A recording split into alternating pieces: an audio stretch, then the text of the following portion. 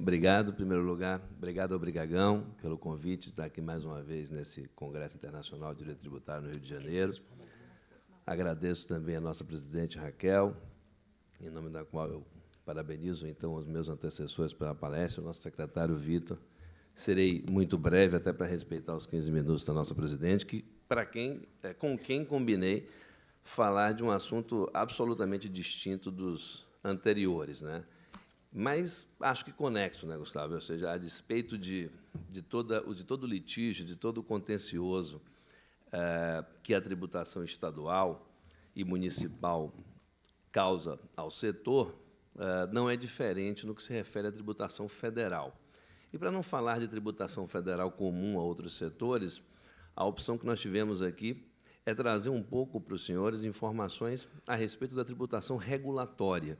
Não se pode perder de vista que a Anatel, como a nossa agência reguladora, ela exerce verdadeira fiscalização, controle e cobrança de tributos regulatórios, consistentes em taxas e contribuições de intervenção no domínio econômico, mais especificamente, em valores que, como não poderia deixar de ser, como mencionou a nossa colega Priscila, num setor de 250 bilhões de reais de receita total, qualquer coisa é relevante. Então, falamos aí de mais de 5 bilhões de reais de arrecadação apenas com esses tributos regulatórios. Me lembro que, na apresentação do Gustavo, ele colocou ali ICMS, PIS/COFINS, FUST, FUNTEL, e verifiquem ali que FUST, FUNTEL é apenas uma parte dessa gama de tributos que nós chamamos aqui de tributos regulatórios e sobre os quais vamos falar um pouco, mostrar um pouco a vocês o que se tem discutido a esse respeito pelo setor de telecomunicações e quais os desafios, ou pelo menos alguns dos desafios, por vir. No que se refere, inicialmente, às taxas, né, então, nós temos a taxa de fiscalização de instalação e a taxa de fiscalização de funcionamento. Como taxas, tributos classicamente contraprestativos, ou seja, tributos que devem guardar uma equivalência razoável entre aquilo que se arrecada com o tributo e o custeio do exercício do poder de polícia ou da prestação do serviço público específico e divisível, ali na redação dos artigos 77 e 78 do CTN. Essas duas taxas incidem, como o nome próprio diz, uma sobre a instalação, ou seja, a verificação da compatibilidade do equipamento necessário para a prestação dos serviços de telecomunicações e a outorga da radiofrequência efetivamente concedida ou autorizada. E a fiscalização de funcionamento, que vai, obviamente, remunerar aquele poder de polícia consistente na fiscalização anual da constância ou da verificação que aquele equipamento continua a ser apto ou compatível com aquele bem finito outorgado. Um, obviamente, pago quando da instalação, como não poderia deixar de ser, ou na emissão do certificado de licença do equipamento, a outra, melhor dizendo, anualmente, até 31 de março. Principal questão no que se refere às taxas. Obviamente, a discussão da razoável equivalência, que, nesse caso aqui, me parece fácil de ser enfrentado, na medida que a própria Anatel e também o Tribunal de Contas da União já se manifestaram em relatórios em 2015, 2016 e 2017, no sentido de que a arrecadação dessas taxas equivale a mais de 10 vezes o que todo o aparato de fiscalização da agência reguladora gasta. Interessante ainda notar, como um argumento de reforço informativo, que, pela primeira vez, o orçamento da Anatel foi aprovado na íntegra, em 2018, e ele monta ao valor de 230 milhões de reais, contra uma arrecadação anual, como nós vimos, ultrapassa 1 bilhão e 300 milhões de reais apenas com essas duas taxas. Então, a discussão da razoável equivalência, trazida lá atrás pela doutrina clássica do Bernardo Ribeiro de Moraes e já assambarcada pelo Supremo, no sentido de uma comparação que, claro, não pode ser específica, não pode ser no centavo, mas numa proporção razoável entre aquilo que se arrecada e aquilo que se gasta no exercício do poder de polícia, me parece evidente que ali onde se tem 10 vezes mais arrecadação do que gasto, não parece haver essa equivalência razoável. Qual seria, então, a consequência disso? A doutrina mais moderna, ela vem preconizando, até pela dificuldade de aferir aquela parcela que sobeja o custo ou o custeio da fiscalização, para que se possa definir, então, qual seria a parcela a ser restituída ao contribuinte. A doutrina mais moderna, capitaneada pelo professor Marco Aurélio Greco, vem defendendo também aqui na taxa, e veremos também na contribuição de intervenção do domínio econômico, aquilo que seria a inconstitucionalidade da cobrança e não a inconstitucionalidade da hipótese de incidência em si.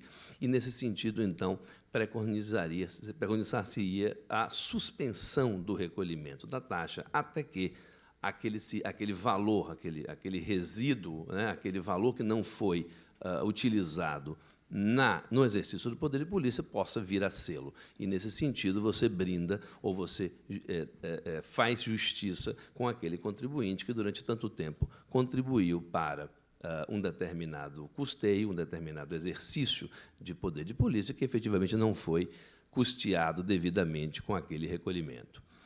Mas, independente da constatação que me parece óbvia a respeito da ausência da razoável equivalência, e, obviamente, isso já é refletido em diversas ações e contencioso relevante, eu diria, Gustavo, mais de R$1 bilhão em contencioso só de Fistel, me parece, eu acho que talvez mais do que isso, né? Além disso, e talvez pela pouca experiência, ou talvez pelo não preparo da Anatel como órgão de fiscalização ou como órgão de cobrança tributária, a despeito dessa ausência de razoável equivalente, ainda se tem outras teses, outras dificuldades que a Anatel impõe ao setor, como, por exemplo, a análise ou a tentativa de cobrança da taxa de fiscalização de instalação pela mera prorrogação do contrato de concessão. Isso é uma discussão que eu me lembro há mais de 8 anos atrás, eu acho que eu ainda estava no setor nesta época. Em 2006, a gente ajuizou a primeira ação contra essa tese, que tivemos agora o leading case decidido no Superior Tribunal de Justiça, a relatoria da ministra Suzete. A Anatel, então, visava dizer o seguinte: a partir do momento que a operadora, que a concessionária, resolve prorrogar automaticamente o seu contrato de concessão por mais 10 anos, era uma faculdade que lhe impunha ou que lhe facultava a lei geral, a mera prorrogação dessa concessão ou dessa outorga faria ou fazia necessário a emissão de nova licença, para simplesmente prorrogar aquele prazo naquele documento administrativo emitido. E a Anatel, então, quis considerar que a mera emissão desse documento constituía fato gerador para a incidência de nova taxa de fiscalização de instalação, como se estivesse ali havendo nova instalação de equipamento e, por conta disso, nova fiscalização da compatibilidade daquele equipamento com a prestação do serviço. Isso, além de tudo, sem considerar que a taxa de fiscalização de funcionamento, anualmente paga, já acontecia, já remunerava essa manutenção ou essa fiscalização constante e recorrente da adaptação do equipamento à outorga. São interpretações como essas que efetivamente reforçam a dúvida ou a incerteza que o setor de telecomunicações ainda tem no que se refere à tributação regulatória, que, como vimos, é muito relevante, gera um contencioso ainda mais relevante, custos, garantias e algo que ainda reduz ainda mais a margem já pequena e aumenta ainda mais os desafios já enormes que o setor tem que enfrentar. Ainda saindo das taxas, indo, então, para contribuições de intervenção no domínio econômico, e aqui uma afirmação propedêutica, vamos aqui partir numa linha de que as contribuições de intervenção no domínio econômico, primeiro, não se necessita de lei complementar para instituí-las.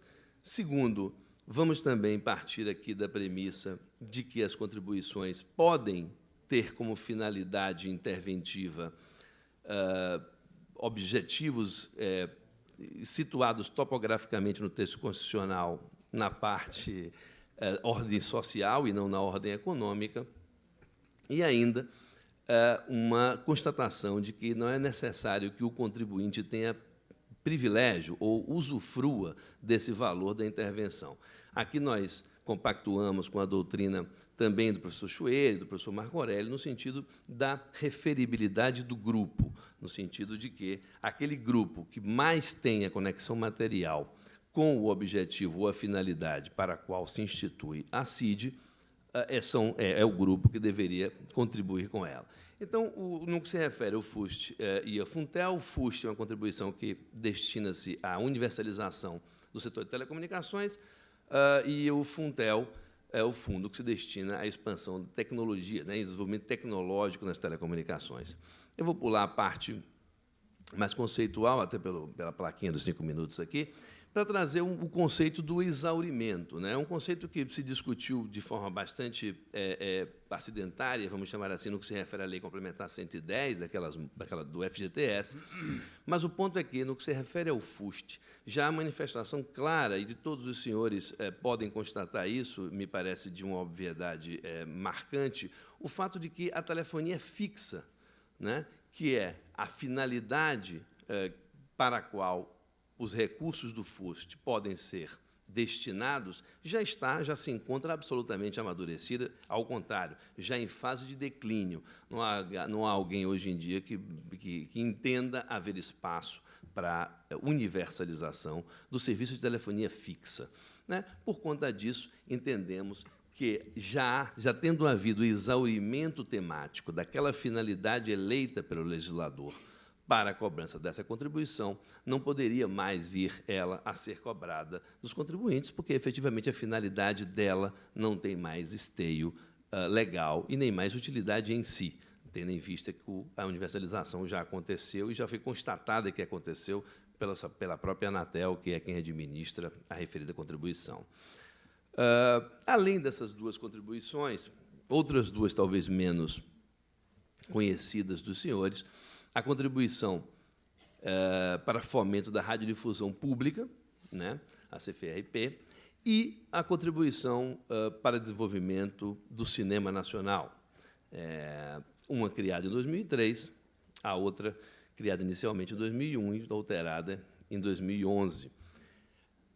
Pontos que acho que valem chamar a atenção em relação às duas contribuições. Claro, além do fato de que a arrecadação ultrapasse muito o valor que efetivamente é aplicado nas finalidades devidas, nas finalidades legais, mas eu acho que o mais importante nas duas é a discussão sobre a referibilidade do grupo. Os senhores também podem constatar, até por ser de uma obviedade também marcante, o fato de que o setor de telecomunicações não tem pertinência temática com o setor de radiodifusão sonora de sons e imagens. São serviços absolutamente distintos. E, mais do que isso, 90% da arrecadação dessas duas contribuições decorre do serviço móvel, desse que vocês acabaram de usar para fazer o teste aqui do Gustavo. Ou seja, o SMP, o Serviço Móvel Pessoal, contribui com mais de 90% para os dois fundos que recebem contribuições desses tributos. E, obviamente, não nos parece razoável ou nos parece absolutamente débil a pertinência material, ou a conexão material entre a prestação de serviço de telefonia móvel pessoal com o de radiodifusão ou com a utilidade de criar conteúdo de programação científica, audiovisual e favorecimento do cinema nacional.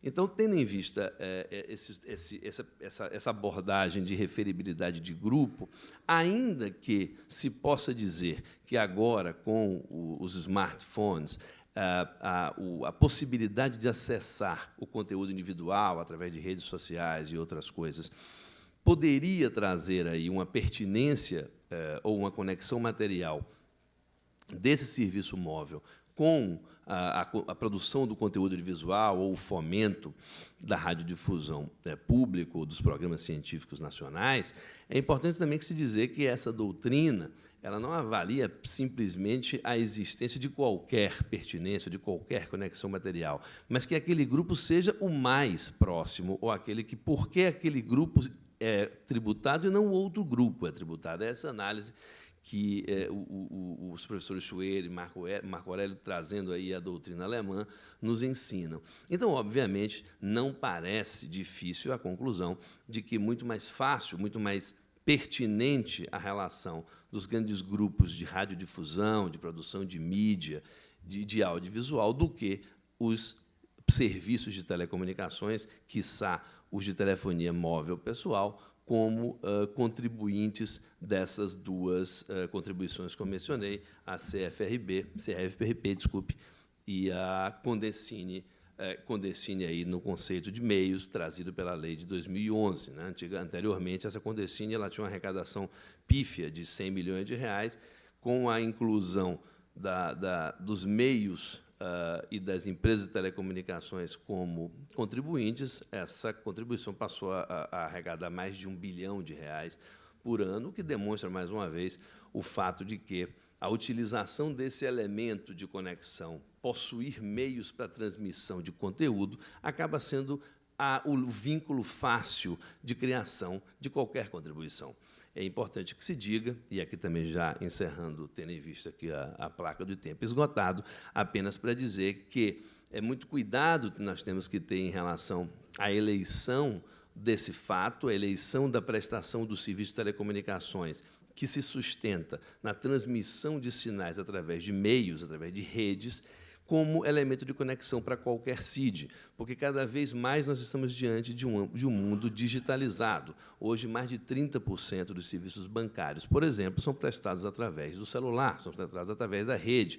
O mesmo pode-se dizer do mercado comercial, compra, né? A parte de compra e venda de mercadorias, muitas vezes se faz hoje pela internet. Então, não me parece que seria razoável uma contribuição de intervenção no domínio econômico que fosse paga pelas empresas de telecomunicações, fundada no fato apenas que são elas que promovem os meios necessários para que os bancos se comuniquem com seus usuários e permitam o oferecimento de serviços bancários a estes. Então, me parece que, nesse sentido, o conceito de referibilidade do grupo e o conceito de conexão material daquele grupo com a finalidade que a lei elegeu para a instituição da CID, precisa ser melhor estudada e mais aprofundada. Eram essas as considerações que eu queria fazer. Agradeço mais uma vez e peço desculpa pelo 1 minuto a mais, professora. Muito obrigada.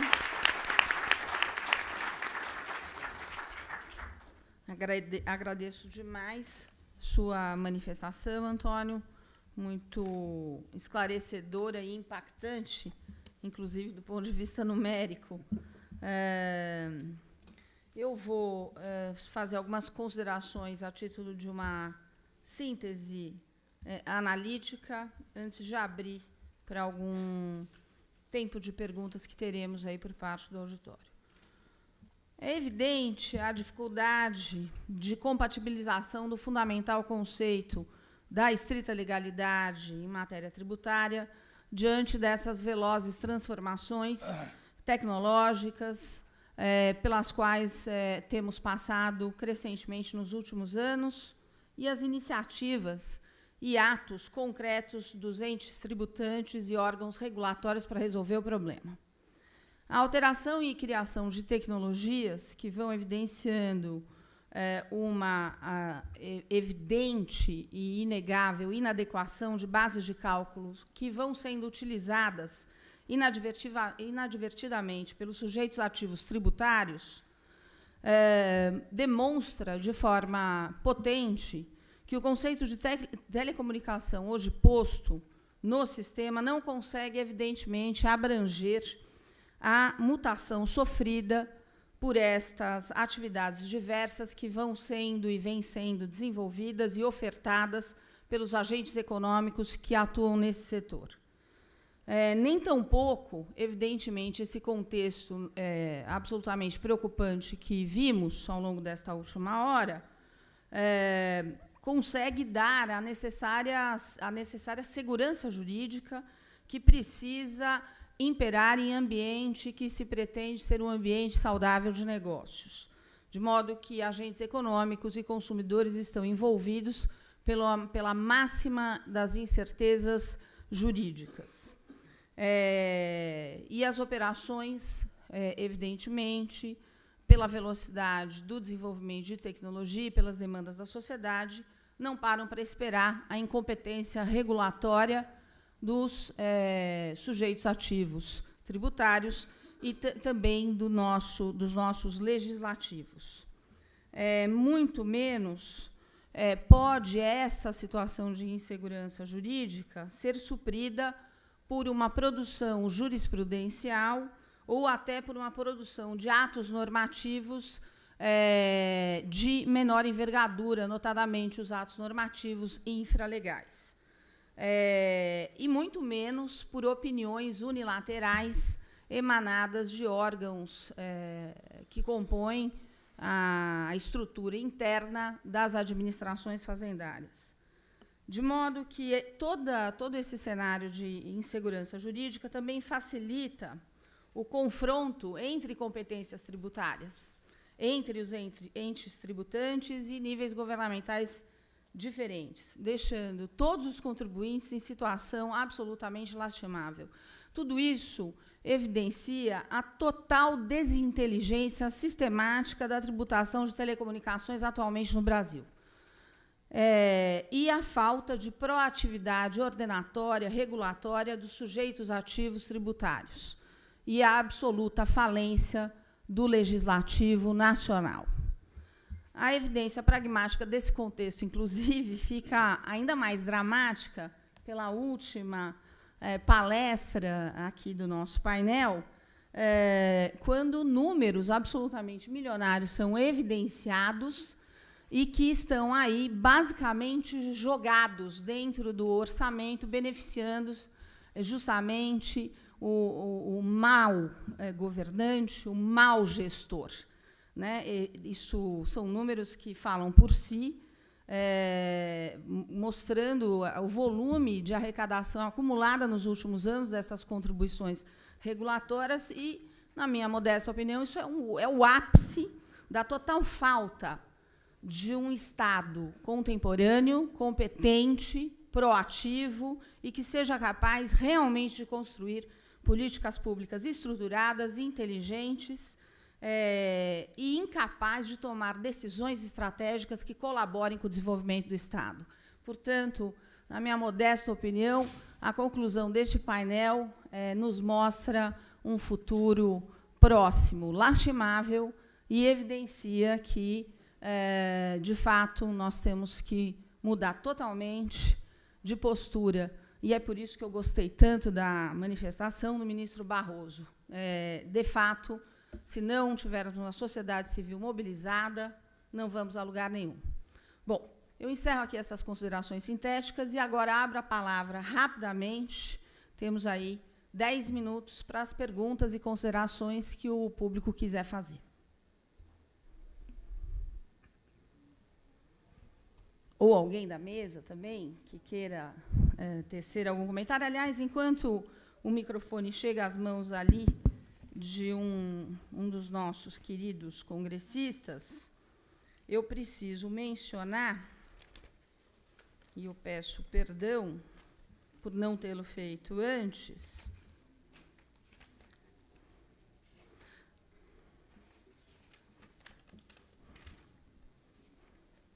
só um minutinho, por favor.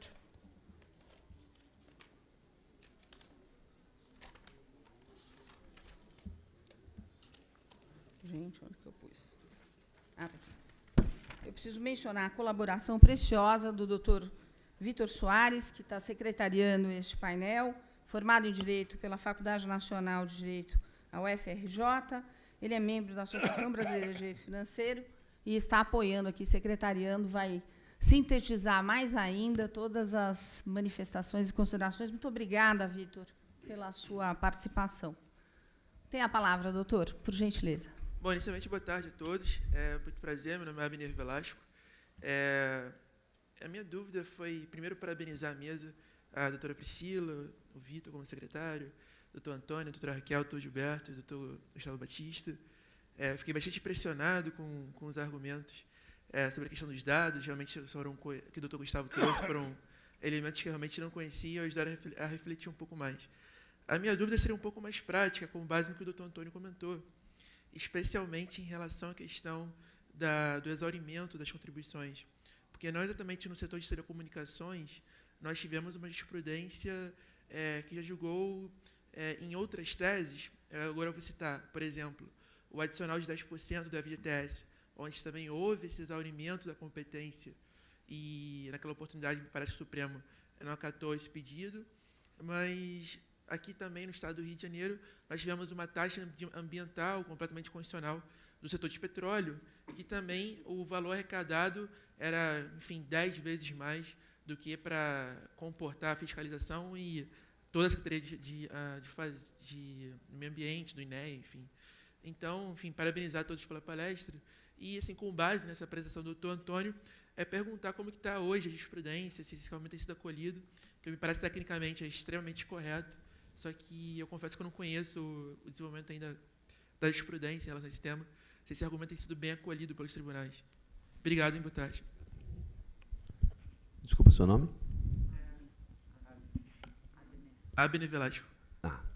Abner, infelizmente, como eu disse, o contencioso ainda não teve esse contencioso, tanto do FUS quanto do FUTEL, quanto das duas contribuições da própria FISTEL da taxa, ainda não teve um desfecho nos tribunais superiores, a não ser aquele caso específico da prorrogação da concessão como fato gerador da taxa, que já teve uma decisão do STJ bastante contundente em favor das operadoras.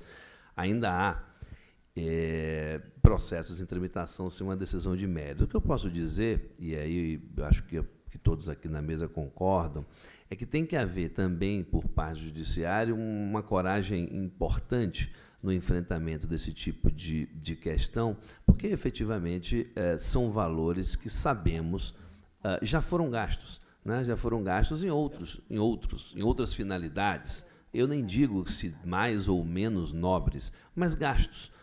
Se você pegar o plano plurianual, você verifica que os valores que, teoricamente, foram arrecadados nessas contribuições não ficaram simplesmente para superávit primário, eles realmente foram aplicados, só que em outras finalidades, né? Então, a devolução disso é muito complicado e o enfrentamento dessa teoria, que me parece muito mais razoável do que a teoria da inconstitucionalidade originária das contribuições, que seria a inconstitucionalidade da manutenção da cobrança, ou seja, a suspensão do pagamento daqui para frente até a aplicação, é algo novo. De fato, como eu mencionei, não é a doutrina clássica, né? É uma doutrina mais consentânea com aquela necessidade de reconhecer a solidariedade social, a importância de não prejudicar a sociedade com a devolução de tributos para apenas alguns, mas o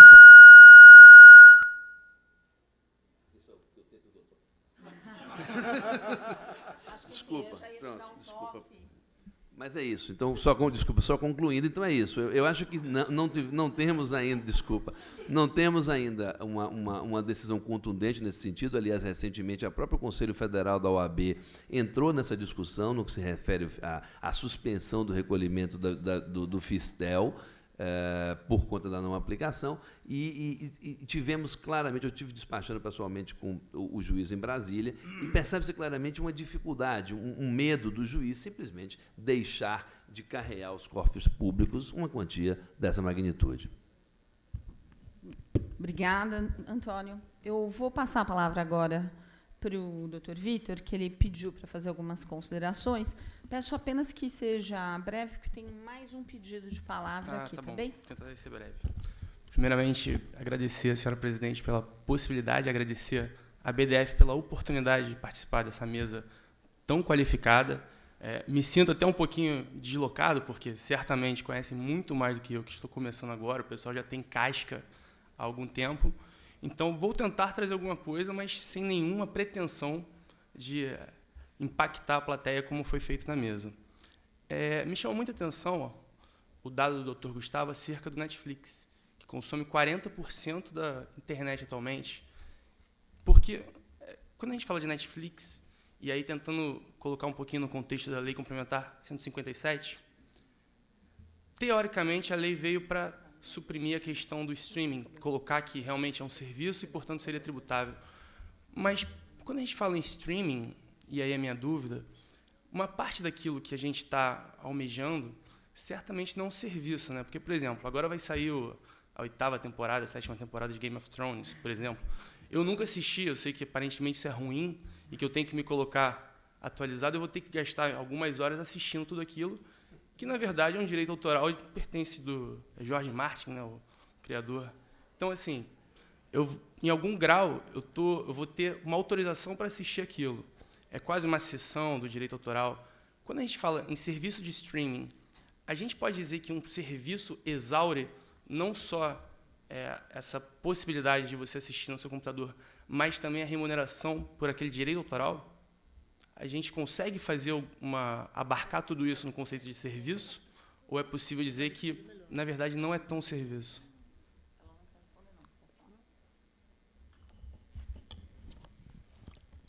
Doutor Gustavo. Oi. 1 minuto. Senão eu vou usar aquele sistema Tarefa novo de que gincana. apareceu aqui, efetivo, hein? Ah, se eu soubesse disso desde o começo. Vitor, eu acho que a pergunta é muito pertinente, mas falar de direito autoral já é uma visão completamente distinta, né? Em primeiro momento, a gente está falando aqui, especificamente na parte que me coube, da tributação diferenciada entre o serviço de telecom e não telecom.